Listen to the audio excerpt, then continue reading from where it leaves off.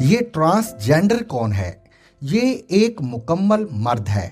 جسمانی طور پر اس کے اندر کوئی نقص نہیں تھا، شادی کرنے اور اولاد پیدا کرنے کی صلاحیت سے مالا مال تھا، لیکن اس کے اندر نفسیاتی طور پر ایک ایسی خرابی پیدا ہو گئی تھی کہ یہ لڑکیوں کی طرح ناز دکھانے لگا۔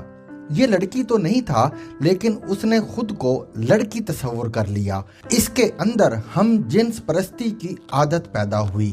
پاکستان میں 2018 میں ایک قانون پاس ہوا جس کے تحت ایسے لوگ جو مرد ہونے کے باوجود خود کو عورت سمجھتے ہیں یا عورت خود کو مرد سمجھتی ہے، وہ خود کو اپنی من پسند To watch and listen to more informative videos and Urdu, English columns, subscribe to our YouTube channel. Zigzag News explores literature.